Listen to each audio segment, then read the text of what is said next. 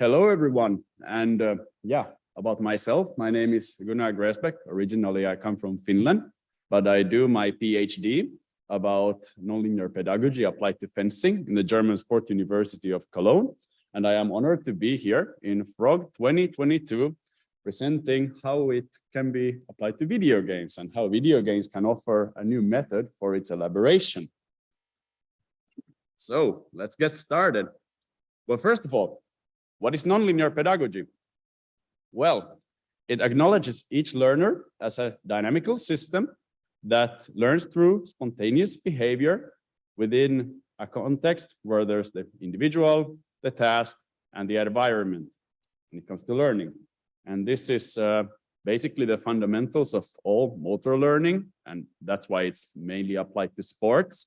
And how it differs from traditional and linear teaching is that it acknowledges learning processes being unpredictable and individual-based in comparison to the traditional methods that acknowledge that learning should be predictable and applied in an optimal way to everybody.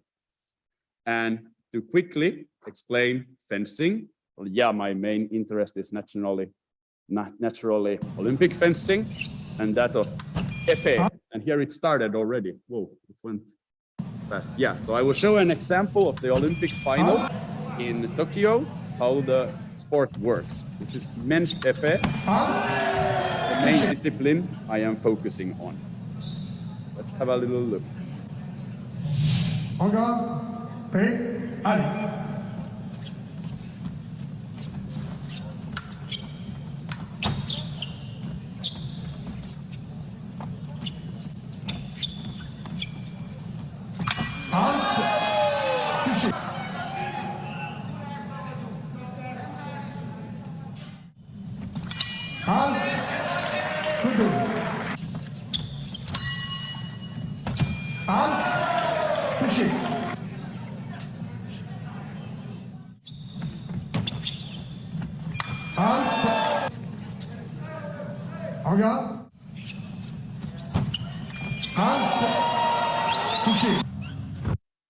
So now you have an idea. It's quite holistic, dynamic, and extremely chaotic and unpredictable. And then I show you this picture for you to think about this picture. Is this way of teaching right or wrong? Just think for a while.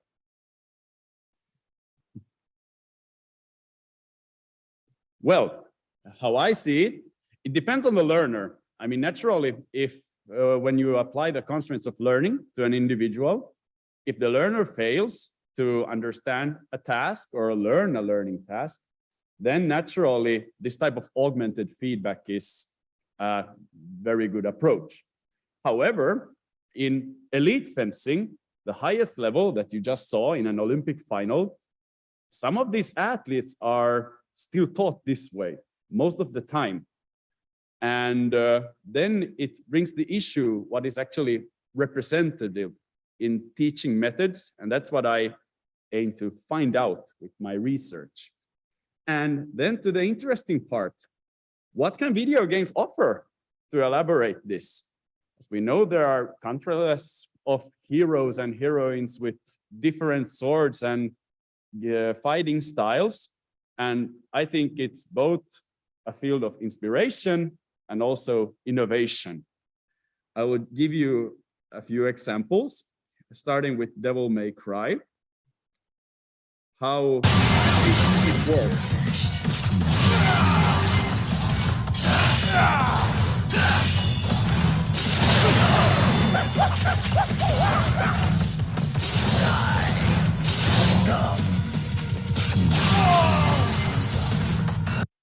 Imagine if real fencing was like that.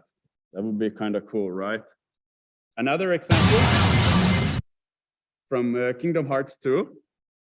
This is my favorite fight of the game. Show me your strength. That's enough. It's over.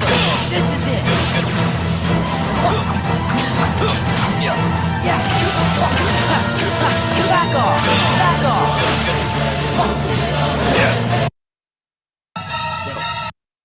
Yeah, so there is a perceptual motor landscape in these particular environments, affording a field of affordances, basically signals for creating certain action. And as a player, you are according to the fundamentals of the constraint-led approach that has been applied to a plethora of sport performance context, you are given exactly the same opportunities. You are an individual in an environment and you are trying to solve a task. In this case, well, defeating an opponent in video games or poking the opponent in fencing. And this has not yet been applied to video gaming, like in fencing hasn't been applied to video games in a representative manner. But there's one effort made by Zuckerberg quite recently in virtual reality. And that's why I think this is important to show you. So you have an idea. All right, hey everyone, I'm here with Lee Kiefer and Garrick Meinhardt, some of the best fencers in the world. And I wanted to show them this prototype that our team built of a fencing game in mixed reality. Oh, that's very close. Point green. Can't let the engineer beat you. Yeah, no more points for you. Gotta turn it up a little. Uh-oh. Coming back, 5 seconds. I'm serious now.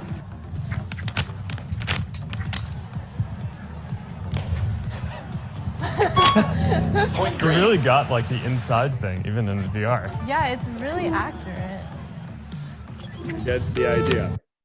And that makes me the next question, because this is a gaming studies conference. I think the question is, who does not know what game Skyrim is? Okay, so it's a open world action RPG, and you can either play it through first person like view or this third person view. And I will show you an example of its gameplay and try to think about this from the video or the simulation that Zuckerberg has made. Let's watch this.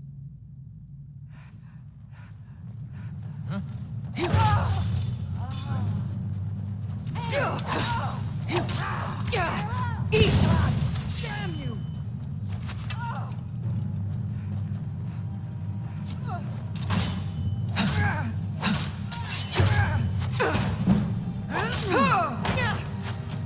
Victory is yours. I swear I'll kill you. Not like this.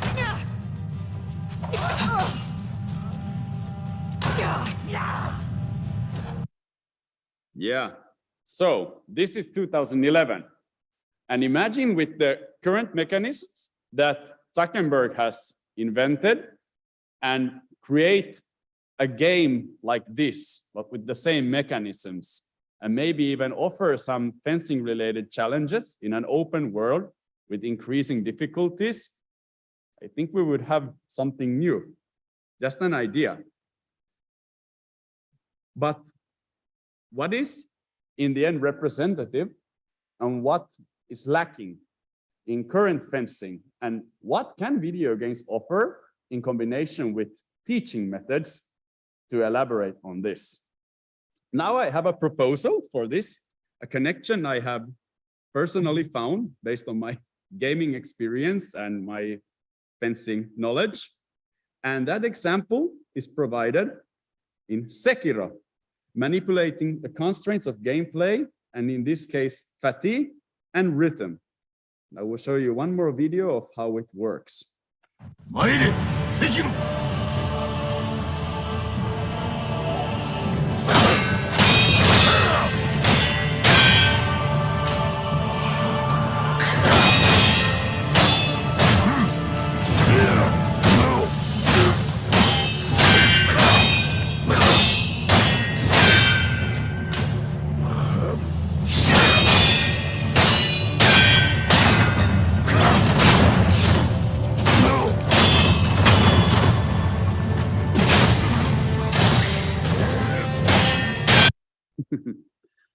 Now, before moving on to fencing, And the connection I'm aiming to present, I will show already an example of how something similar with manipulating rhythm and fatigue, with counter-attacking and wearing down your opponent has already been used in mixed martial arts since the 80s.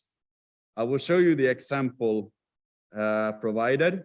Not the full video, it's long, but maybe you will get the idea. Rufus with a good kick into the ribs. Too brave here. He doesn't really have much to lose in this thing. He ought to just forget it right now if his legs. Listen, we're talking about a potential world champion here. And you just kickboxing. Rick Rufus.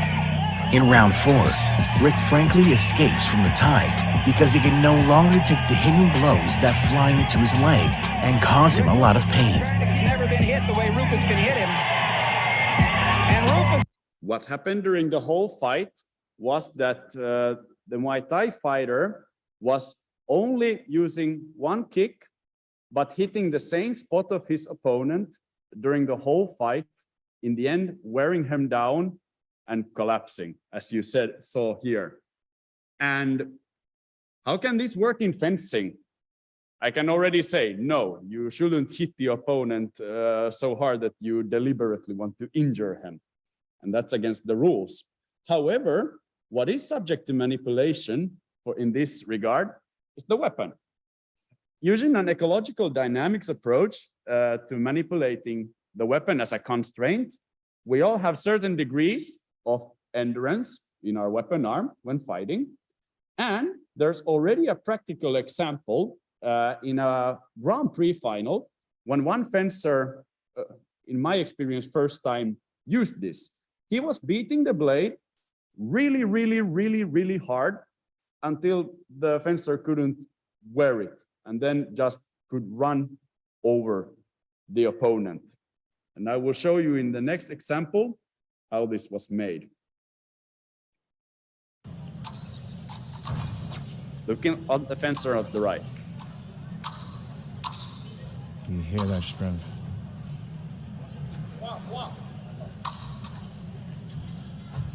On that last beat, you could see Pereira's arm drop.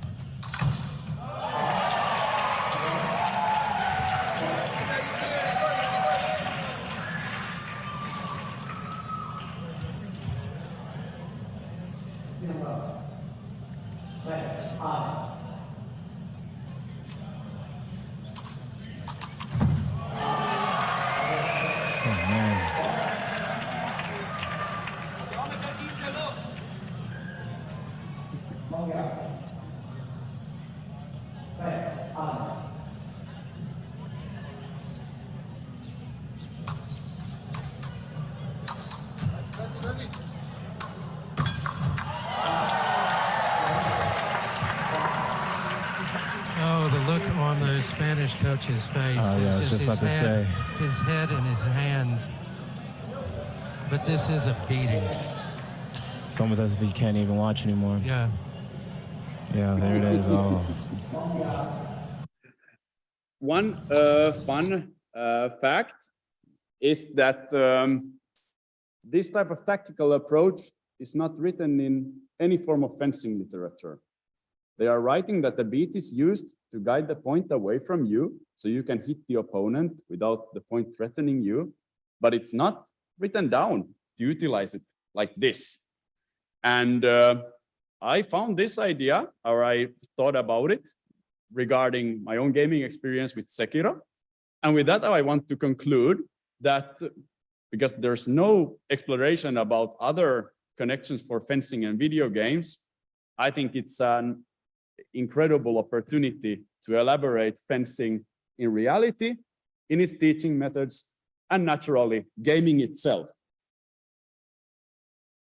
Thank you very much.